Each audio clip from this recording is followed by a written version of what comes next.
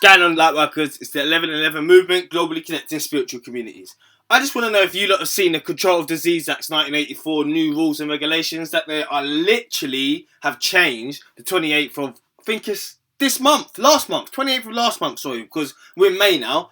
These fucking months are going so fast. Anywho, you lot check out the new rules and regulations that we have to now oblige by, and if we do not, look what happens to us.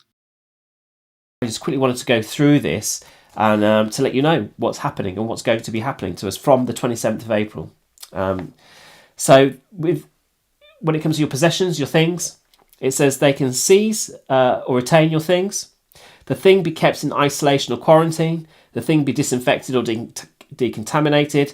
And the thing be destroyed or disposed of. So that's your things, that's your personal property. Whatever you've touched, because you're a contaminated or infected person, whatever you touch, whatever it is, can be taken. That's all your things in your house. Everything they can take. So let's talk about enforcement. So what happens when how do you commit a crime now? A person commits an offence if the person fails without reasonable excuse to comply with restriction or requirement imposed by the order, willfully obstructs anyone acting in the execution of the order. So if you say, no, you don't want the vaccine, they can't deliver the vaccine to you, you've committed an offence. You don't have to be violent, you don't have to... all you have to do is fail to give a reasonable excuse. Why don't you want it? Because I don't know what's in it. You're having it. No, I'm not. You've committed an offence. Straight away. Willful obstruction is just trying to stop them from delivering it to people, I guess. Or you yourself. So you commit an offence again.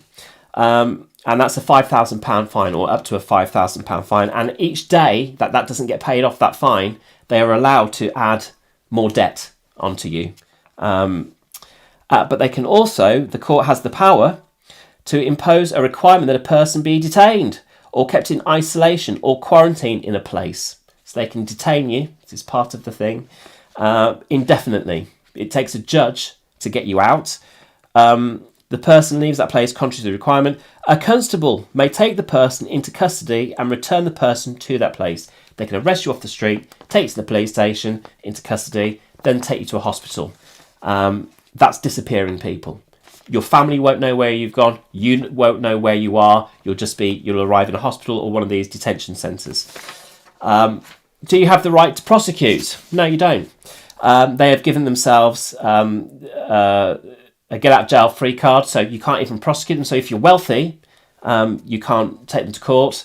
In fact, you can't take the relevant health protection authority to court, or anyone who's administered anything or anything to do with it, basically. And it says here, at the final, but last but not least, Crown Property and Her Majesty, this law does not affect them. It only affects you. So we have to submit to a medical examination.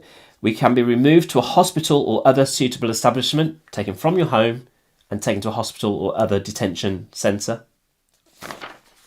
We go on. It talks about thing of groups. So everything applies to people. They can take you. They can medically examine you, give you force the medication on you, all that. And then it talks about arrest, seizure of things, property with no notice to be given. And so essentially all that can happen, but they don't have to tell you that they're going to do it. They don't have to give you notice.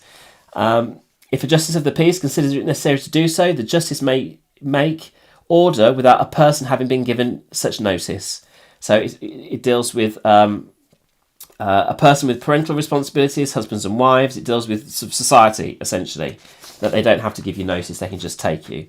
They've also they've given themselves powers to invent offences.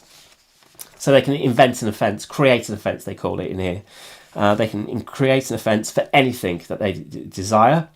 And also they have given themselves the power for this to be enforced permanently. There is no suggestion here that this is anything temporary. And then it goes on to say about buildings. So much of the same applies to buildings. So they can close your place of business down, stop you from trading, to remove the risk.